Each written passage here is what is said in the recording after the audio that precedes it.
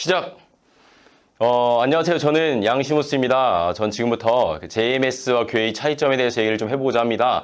일단 어떤 측면에서 JMS와 그리고 교회가 비슷한 점이 있다는 것은 맞는 말입니다. 왜냐하면 JMS에서도 어떤 특정한 도그마, 교리를 이제 주입하고 교회에서도 어떤 특정한 교리를 주입하기 때문입니다.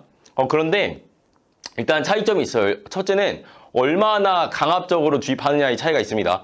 예를 들어 JMS나 이런 곳 같은 경우에는 굉장히 강력하게 어떤 사상을 주입합니다. 세뇌합니다.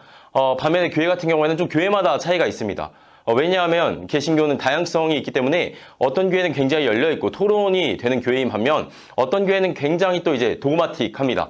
그래서 이런 점에서 교회를 하나로 이렇게 단일화할 수 없다. 그러니까 단일하게 교회와 JMS를 동일하게 취급할 수 없다라는 점이 있고요. 또 하나는 또 다른 비교군이 필요합니다. 그게 뭐냐면 일반 공교육입니다. 여러분 저는요 공교육이 세뇌라고 생각하진 않습니다. 하지만 어떤 측면에서는 공교육이 세뇌와 비슷할 수도 있습니다.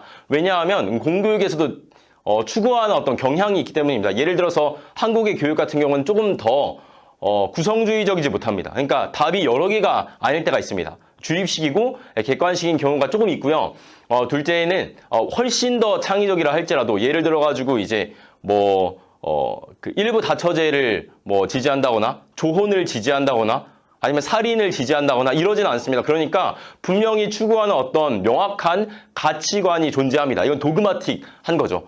그렇다면 우리가 이제 이게 옳은지 그른지를 판단하는 방식은 뭐냐? 첫째는 얼마나 강압적인가? 둘째는 얼마나 그리고 이제 개방적인가? 강압적인 것과 개방적인 건 다른데 예를 들어서 공교육은 하지 않았을 때 페널티가 명확히 있죠. 이건 강압적이지만 그 내용은 구성주의적일 수 있기 때문에 훨씬 개방적일 수 있죠. 셋째는 결과적으로 그게 얼마나 반사회적인가 하는 걸 따져야 됩니다. 그렇게 봤을 때 교회는 JMS와 공교육의 중간 정도에 있다고 생각을 합니다. 그래서 교회가 비판받을 수 있는 지점이 분명히 있을 수 있지만 그렇다고 JMS와 동일하게 취급하는 건 굉장히 큰 문제가 있고 지금 보시는 것 같이 홀리컴뱃 같은 사례들이 교회가 JMS와 다르게 훨씬 더 개방적인 방향으로 가고 있다는 걸 보여주기 때문에 저는 교회나 JMS가 다를 바가 없다라는 비판이 부적절한 과장된 비판이라고 말씀을 드리고 싶습니다. 감사합니다.